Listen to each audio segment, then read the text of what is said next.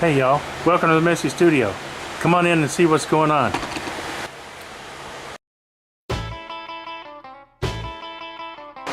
Hey y'all, Billy here with another quick tip.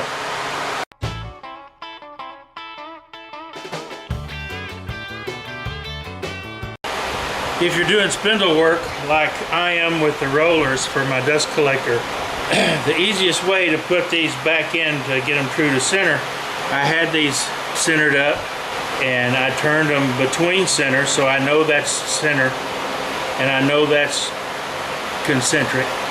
The same here. And I also turned the wood that's on the inside of this PVC. Now you want to get everything back to center and finish smoothing and sanding these edges. You've seen me put my Morris Taper 2 safety center in my scroll chuck.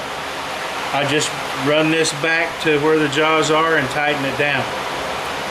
Works great. I don't have to worry about taking the chuck off, putting this in, knocking it out with the bar, etc. I just slap it in and off we go. Works fine, lasts a long time. Well, you can do the same thing with a dead center. Just leave that point sticking out a little bit.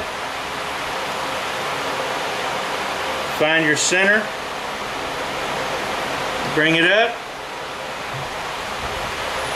Now you're friction turning between centers. Nice and smooth. And I can finish this up. Just a quick little turning tip. I hope it helps. Thanks for watching. Y'all come back.